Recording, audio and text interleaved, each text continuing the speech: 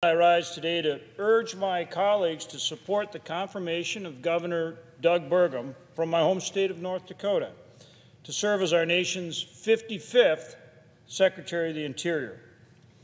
Whether it's energy, grazing, outdoor recreation, water supply, the National Park Service, or tribal relations, Doug Burgum is an outstanding choice who fully understands the vast responsibilities under the Department of the Interior. I've had the pleasure to know Doug for over 30 years, and throughout his career, Doug has gained well-deserved national recognition as an innovative leader. Governor Burgum is a proud native of Arthur, North Dakota, earning his bachelor's degree from North Dakota State University, home of the Bison, and his master's in business administration from the Stanford Graduate School of Business.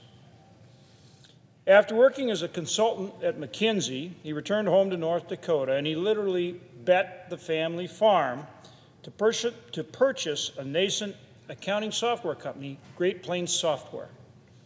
Over time, Doug hired thousands of North Dakotans to build and grow Great Plains Software, eventually launching a public offering in 1997, and then ultimately Great Plains Software was purchased by Microsoft in 2001, and it is now known as Microsoft Business Solutions. That division of Microsoft goes back to the company that he built, and to this day, I think, employs several thousand people in and around Fargo, North Dakota.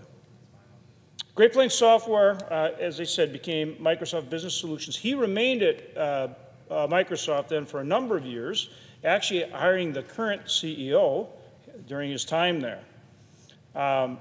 He then left Microsoft in 2007, started a number of other companies, went into philanthropy, and helped really revitalize downtown Fargo, continued his support for NDSU, and again, just had a very significant impact in many different aspects of business and philanthropy.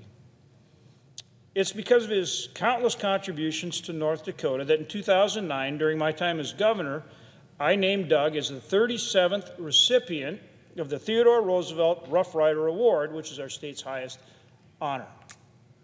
I remember he looked at me at that time and said, it's kind of funny, you know, we had this big event for him and gave him this nice state honor, and he looked at me and said, gee, John, this is really great, but I sure hope I'm not accomplishing things at this point, you know, as he was getting the award. I remember that very clearly. And obviously, he was far from done. In 2016, Doug was elected as the 33rd governor of North Dakota, and then he was reelected in 2020.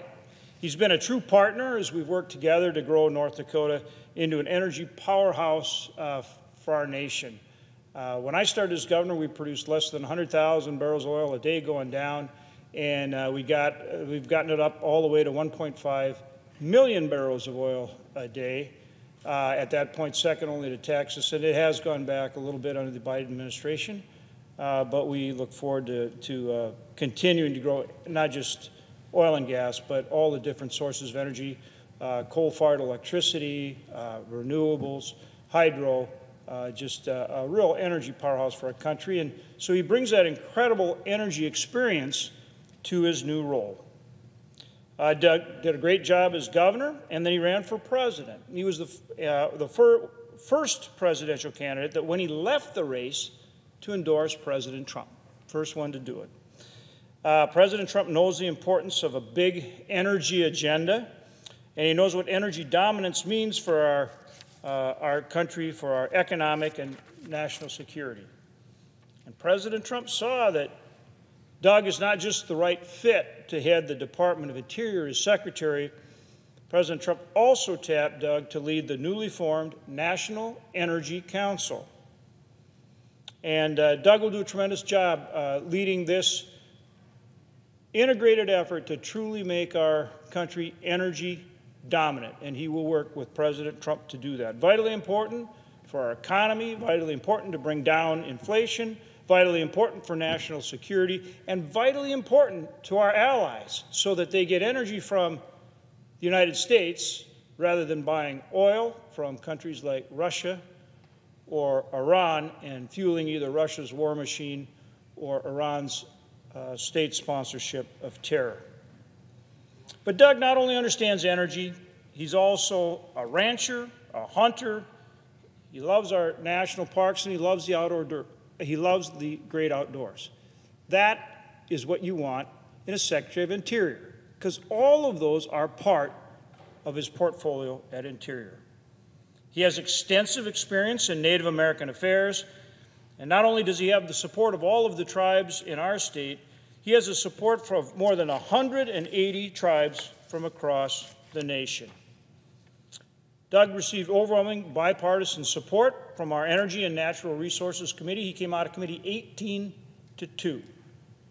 And so I strongly urge all of my colleagues on both sides of the aisle to vote for his confirmation when we vote here very soon on his approval to be the next Secretary of Interior for the United States of America.